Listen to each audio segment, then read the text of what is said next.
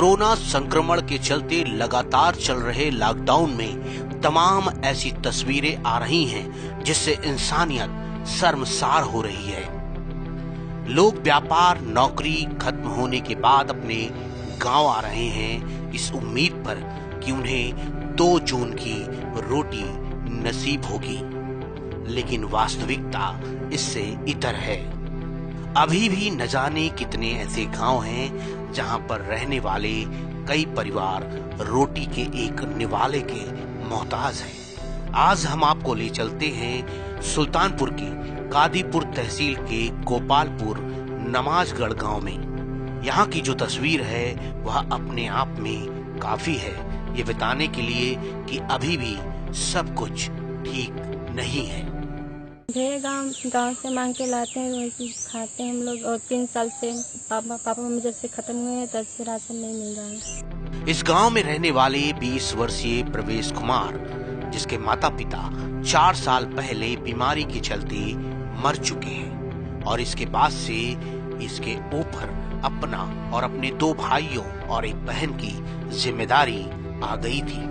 लेकिन मेहनत और हौसले ने प्रवेश को अपने छोटे भाई बहनों के लिए एक संबल दिया और उसने किसी तरह मेहनत मजदूरी करके अपने भाई बहनों का पालन पोषण शुरू किया।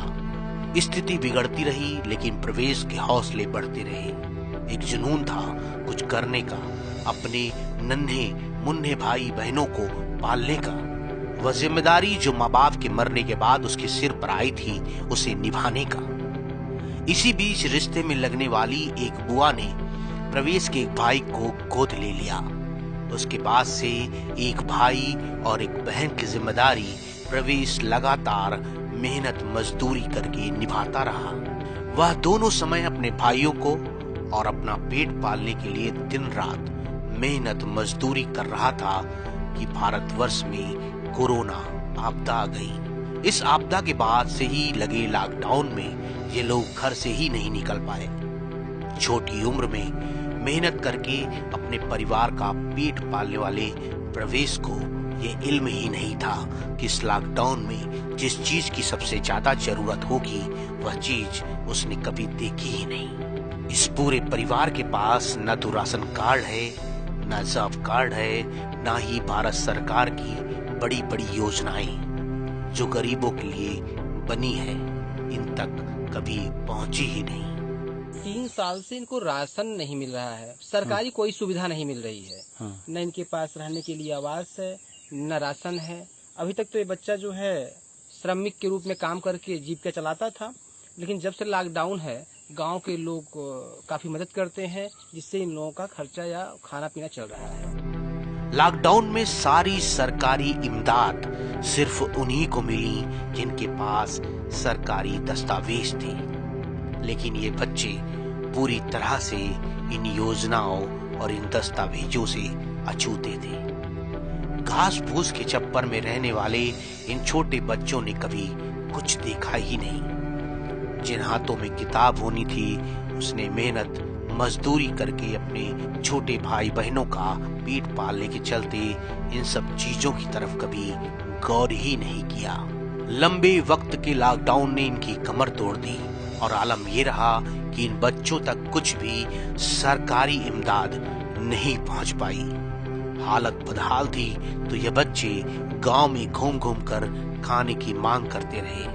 जब इसकी सूचना 944 न्यूज टीम को हुई तो हमने अपने संवाददाता श्यामचंद श्रीवास्तव को इनके गांव में हकीकत जानने के लिए भेजा। हकीकत बेहद नाजुक थी और ये पूरा परिवार मजबूर था अन्न के एक एक दाने को तरसने के लिए। बुलंद हौसले से अपने छोटे भाई अपनी बहनों का पेट पालने वाला प्रवेश पूरी तरह टूट चुका था और आखिर 944 की टीम ने लोगों से इनकी मदद करने की गुहार की। लोगों ने आगे बढ़कर इनका सहयोग किया और तब जाकर इन्हें राहत देने की शुरुआत हुई। ऐसे तमाम गांव हैं जहां पर ऐसे परिवार जिनके पास सरकारी कागज नहीं है और उनको सुविधाएं मयस्सर नहीं है। फिलहाल इन यतीम बच्चों का आगे पीछे सुनने वाला कोई नहीं था। भोजन के लिए 3 साल से राशन नहीं मिल रहा है और 3 साल पहले माँ बाप हमारे गुजर चुके हैं और रास्ते में रहने का घर भी नहीं है और 4 भाई 1 बहन है हम लोग। एक भाई बुआ किधर है, अपना पेट नहीं पार पाए तो बुआ लेके चली गई और गांव वाले से मांग के अपना पेट जिला रहे हैं 4 लोगों को। ऐसे तमाम गांव हैं जहां पर ऐसे परिवार जिनके पास सरकारी कागज नहीं है और उनको सुविधाएं नहीं मयस्सर हो पा रही हैं। फिलहाल इस यतीम बच्चों को आगे पीछे सुनने वाला कोई नहीं है। यहाँ तक कि गांव के प्रधान और बड़े बड़े जनप्रतिनिधि या फिर अधिकारी इनकी तरफ से मूक दर्शक बने बैठे थे।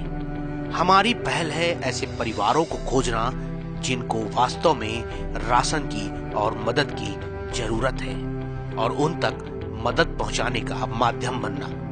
यदि आपके आसपास भी इस तरह के लोग हैं तो सबसे पहले आप कोशिश करें कि उनकी मदद करें। यदि आप मदद करने में असक्षम हैं तो हमको सूचित करें, हम उनकी तस्वीरें अपने चैनल के माध्यम से आम लोगों तक पहुंचाएंगे, उन अधिकारियों तक पहुंचाएंगे ताकि उन तक मदद पहुंचे। क्योंकि इस वक्त देश बहुत बड़ी संकट से जूझ रहा है और ऐसे में इंसानियत ही वह सबसे बड़ा हथियार है जिससे हम देश के खिलाफ चल रही कोरोना आपदा में जीत हासिल कर सकते हैं। इसलिए याद रखिए कि खुद का तो पेट भरिए, लेकिन ये भी ध्यान रहे कि आपके पड़ोस में रहने वाला कोई भी व्यक्ति भूखा न सोए, क्योंकि हम हिंदुस्तानी हैं और हिंदुस्तान में यदि कोई भी व्यक्ति भूखा सोता है तो यह हमारे देश के साथ एक भद्दा मजाक होगा। सुल्तानपुर के कादीपुर से 944 के लिए श्यामचंद्र श्रीवास्तव की रिपोर्ट।